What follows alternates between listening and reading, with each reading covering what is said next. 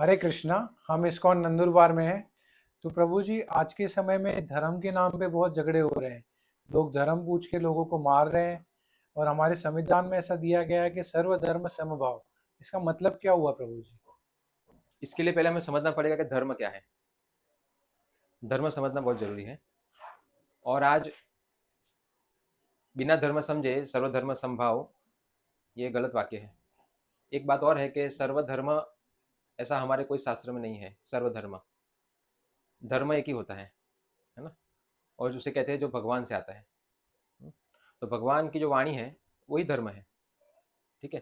और जब भगवान की वाणी धर्म है तो सर्वधर्म समभाव की जरूरत क्या है फिर?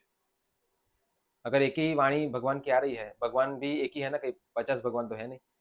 तो उसी एक भगवान से ये सभी संसार में सब मनुष्य को कैसे जीना है वो ज्ञान आता है।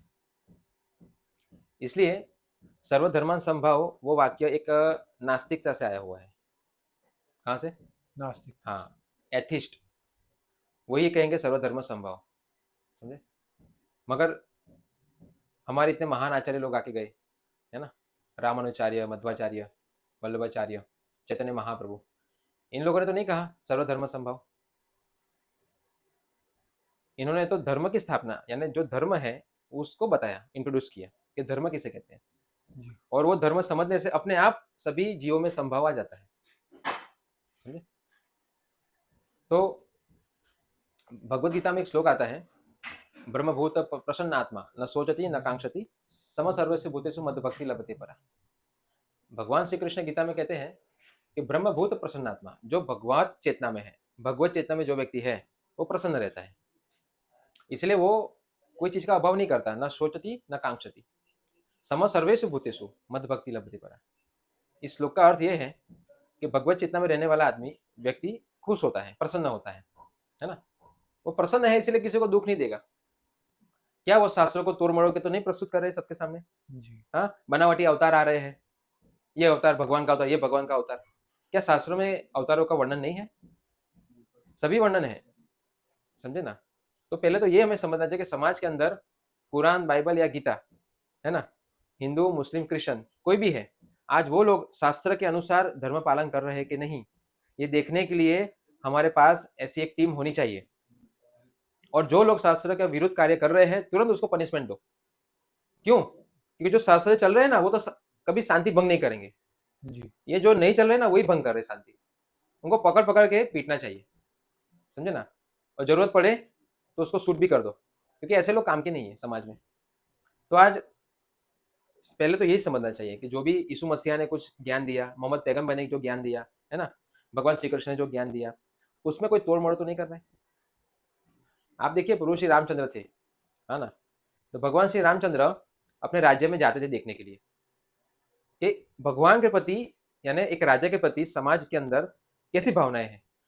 वो जाते थे जी। रूप बदल कर और सुनते थे लोग भगवान राम के बारे में क्या बोल रहे हैं, कैसे राजा है ना। ये सब कुछ भगवान स्वयं चेक करने जाते थे। सोचो। तो जब एक राजा का कर्तव्य ये रहता है ना, राजा का कर्तव्य है, तो फिर नेता का कर्तव्य क्या है? टैक्स लेना पब्लिक से। और पब्लिक को प्रोटेक्शन क्या देते हैं? है, शरीर का भी प्रोटेक्शन नहीं देते, तो चेतना का प्रोटेक्शन कैसे देंगे? धर्म का विषय है चेतना का भी विकास करना, इसकी भी रक्षा करना, भावनाओं की। आज किस धर्म में बताया है कि गाय को पूजना चाहिए? कोई धर्म वाले कहते हैं गाय को तो काट के खाना खाने के लिए बताया है। तो संभव कैसे होगा? कैसे होगा?